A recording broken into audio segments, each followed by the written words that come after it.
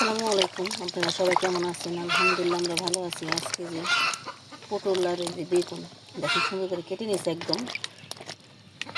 আর এদিকে যে ডাটা দিয়ে মাছ রান্না করব, ডাটাগুলো বেছে নিচ্ছি। এটা ভালো মতো ধুয়ে নেব। পটল আর এই যে বেগুন একসাথে আমি ভাজি করব। প্রথমে যে লবণ দিয়ে দেব, লবণটা না ঢুকলে কিন্তু খেতে ভালো লাগে না। মরিচের গুঁড়া, একটু হলুদের গুঁড়া দিয়ে ভালো মতো একটু মেখে নেব।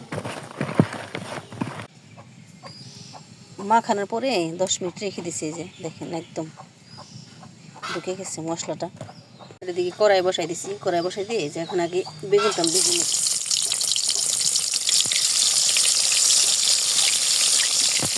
ভাজিটা খেতে কিন্তু দারুণ লাগে।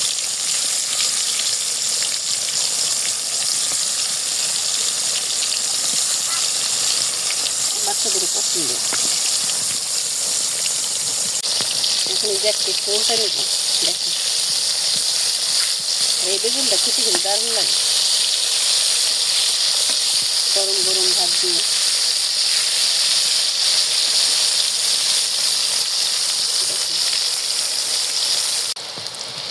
দেখেন দুই পিঠটাই কিন্তু ভালো মতো একটু ভেজে নিতে হবে। দেখেন কত সুন্দর হয়েছে।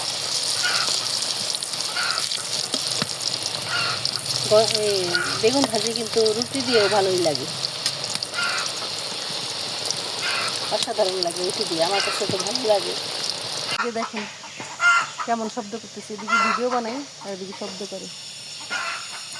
বৃষ্টি নামার পরে দেখেন পরিবেশটা কত সুন্দর। এই দেখেন আমাদের গাছের আম পাকছে। দেখেন আমার কালারটা কিন্তু সেই ভাজিটা যে উঠাই নিচ্ছি। পটলটা ধুয়ে একা একা ধুয়ে করা কিন্তু অনেক কষ্ট। যারা একা একা করে তারা কিন্তু বুঝবে।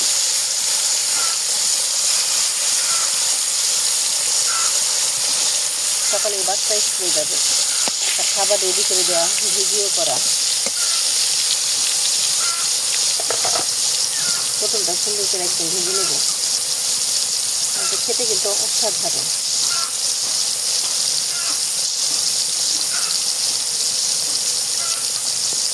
আর এর আগে যে দেখাচ্ছিলাম আপনাদের গাছ লাউ, সেই লাউ কিন্তু অতটুকুই রয়ে গেছে। ঠিক আছে, লাউ আর ভালো ধরবে না, এই জন্য ভাবছি এদের শাক খেয়ে ফেলবো। আর এদিকে যে কুমড়া গাছ আছে না, এই কুমড়া গাছগুলা উঠাই দেবো। যেটা লাউ বড় হবে সেটা আগেই বড় হয়ে যায়, এগুলো মনে বড় হবে না।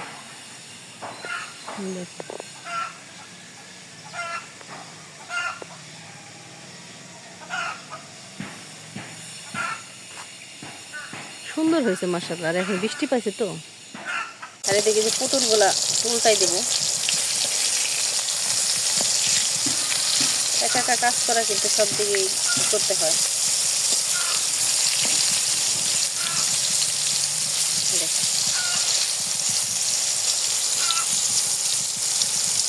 এই যে পাতাবাহার গাছটা বৃষ্টি নামার পরে কত সুন্দর হয়েছে। পাতাগুলো একদম স্বচ্ছ হয়ে গেছে। আর এদিকে ঘরে মাটি দেওয়া হয়ে গেছে, এখন লেপা পোছা হয় নাই। আর এদিকে দেখেন এই যে রান্নাঘরে মাতবাড়ি করে কি রোষা। হ্যাঁ দেখে দেখি তাকাও। দেখেন এই যে পটল ভাজি করা শেষ, উঠাই নেব। এই পটল বাকিগুলোও ভেজে নেব এইভাবে করে। আর এই পটল ভাজি কিন্তু খেতে ভালোই লাগে, কাঁচা দিয়ে আমাদের ভালো লাগে। আর এদিকে যে ভাজা শেষ কতগুলা। এই যে পটল ভাজি প্রায় হয়ে গেছে। মাছটা রান্না করবো। এখানে তেলাপিয়া আছে আর রুই মাছ আছে মিলানো, দুইটা দিয়ে আমি মিক্সড করে রান্না করব। দেখেন লবণ দিয়ে দিলাম আর একটু মরিচের গুঁড়া আর একটু হলুদ দিয়ে ভালো মতো একটু মেখে নেব। দেখেন এই যে পটল ভাজা শেষ, এখানে আমি উঠাই নেব। আমার পটল ভাজি আর বেগুন ভাজি করা শেষ। এর মধ্যে আমি যে মাছটা ভেজে নেব। মাছ একটু বড় মাছ তো, হালকা ভেজে নিলে ভালো লাগবে, না ভাজলে কিন্তু ভালো লাগবে না। মশলাটা দেখলে যে মাছটা আমি তো হালকা ভেজে নিচ্ছি, আর ভাজবো না। মাছটা রান্না করবে যে কড়াইতে তেল দিয়ে দিছি, আর এই যে পেঁয়াজ আর কাঁচামরিচ দিয়ে দেবো। ঠিক আছে,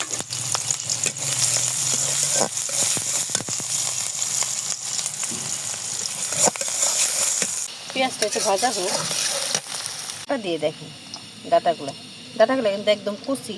এই ডাটাগুলো আমি না একদম, যে আমার বোনের বাড়ি থেকে শাক দিছে, ওই শাকটা থেকে ডাটাগুলো বেছে নিচ্ছি। দেখি, আর এটা খেতে কিন্তু এর এই মাছ দিয়ে রান্না করবো। সব মশলা দিয়ে দেবো, লবণ দিলাম, আর দিয়ে দেবো মরিচের গুঁড়া, হলুদের গুঁড়া, আর ধনিয়া। ঝাল দিয়ে যেরকম খান সেরকম দিতে পারে। আর আমার পায়ে একটু তেল ফুটে গেছে তো, একদম মশলাটা একদম পারফেক্টভাবে ভালো মতো কষাই। দেখেন মশলাটা একদম ভালো মতো কষানো হচ্ছে, একদম তেল উঠে গেছে।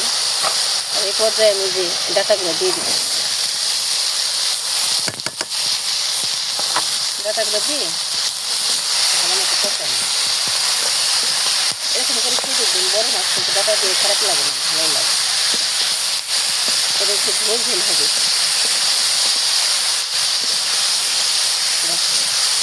আর আমাদের ভিডিওটা ভালো লাগবে লাইক এবং শেয়ার করে দিন। অনেক কষ্ট করে ভিডিও বানাই, আপনার একটা লাইক একটা কমেন্ট করলে কিন্তু ভালো লাগে। তখন কষ্ট মনে হয় না, মনে হয় যে সার্থক কষ্টটা।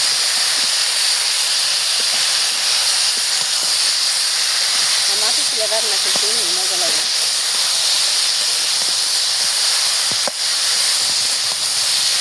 দেখেন এই যে দেখেন আমি একটু কিন্তু পানি ব্যবহার করিনি।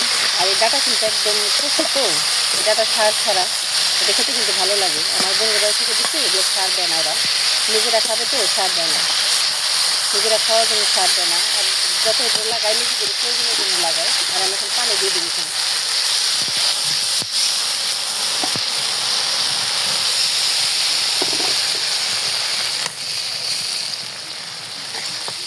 পানি দিয়ে ভালো মতো একটু সিদ্ধ করে নেব। দেখেন এই যে পটল ভাজিটাও কিন্তু একদম শেষ। আর রুষা এখান থেকে কয়েকটা খেয়ে নিছে। দেখেন কতটা সুন্দর হয়েছে। আর পটল ভাজি খেতে এমনি খেতে ভালো লাগে। ওদিকে আম পড়লো, দেখেন আমার ঘরের সাইডে আম পড়ে উপরে। কয়েকটা সকালে উঠান ঝাড়ু দিতে যায় আম পাওয়া হয়েছে। দেখেন এটা কি সুন্দর কালার। মানুষ কেনা যতটা সুন্দর ততটা খেতে ভালো লাগে না। এই আমটা কিন্তু সুন্দর, দেখতে সুন্দর, খেতে কিন্তু অতটা ভালো না। ডাটাটা প্রায় সিদ্ধ হয়ে গেছে। আর ডাটা দিয়ে কিন্তু চিংড়ি মাছ দেওয়া মজা লাগে, কিন্তু আমার কাছে মাছ দেওয়া মজা লাগে। দেখেন মাছটা দিয়ে দিব। এই রুই মাছটা কিন্তু অনেক মজাদার ছিল, একদম ডিম হয়ে গেছে দেখেন। আর খেতে অসাধারণ লাগে। ডাটা দিয়ে বড় বড় ডাটা আছে না, ওগুলোও খাবেন, ওগুলো দিয়ে খেয়ে দেখবেন। ডাটা দিয়ে কিন্তু মাছ দিয়ে দারুণ লাগে। বাচ্চা একটা স্কুলে যাবে তো, তাড়াহুড়া করতেছি রান্না করার জন্য। এদিকে আবার ভিডিও করি, দেখেন বলেন কোনটা করব। সাথে যে আমি কয়েকটা টমেটো দিয়ে দেব। টমেটো কিন্তু দারুণ লাগে। টমেটো সবসময় ফ্রোজেন করে রাখি। দেখুন ফ্রোজেন টমেটোগুলো এখন কাজে লাগতেছে। দেখেন এই যে মাছটা হয়ে গেছে। আর আমি ভাজাই যে জিরার গুঁড়াটা দিয়ে নামিয়ে নেব। আপনারা চাইলে ধনিয়া পাতা দিতে পারেন, ধনিয়া পাতা আমার শেষ হয়ে গেছে। এভাবে রান্না করে খেয়ে দেখবেন। এটা চিংড়ি মাছ দিয়ে খেয়ে দেখতে পারেন। নামিয়ে নিব, একটু ঝোল ঝোলই রাখবো। দেখেন এই যে আমার মাছ রান্নাটা শেষ। মাছ রান্নাটা শেষ, দেখেন কতটা সুন্দর হয়েছে, আর কালারটাও কি, আর এটা খেতেও কিন্তু অসাধারণ হয়েছে।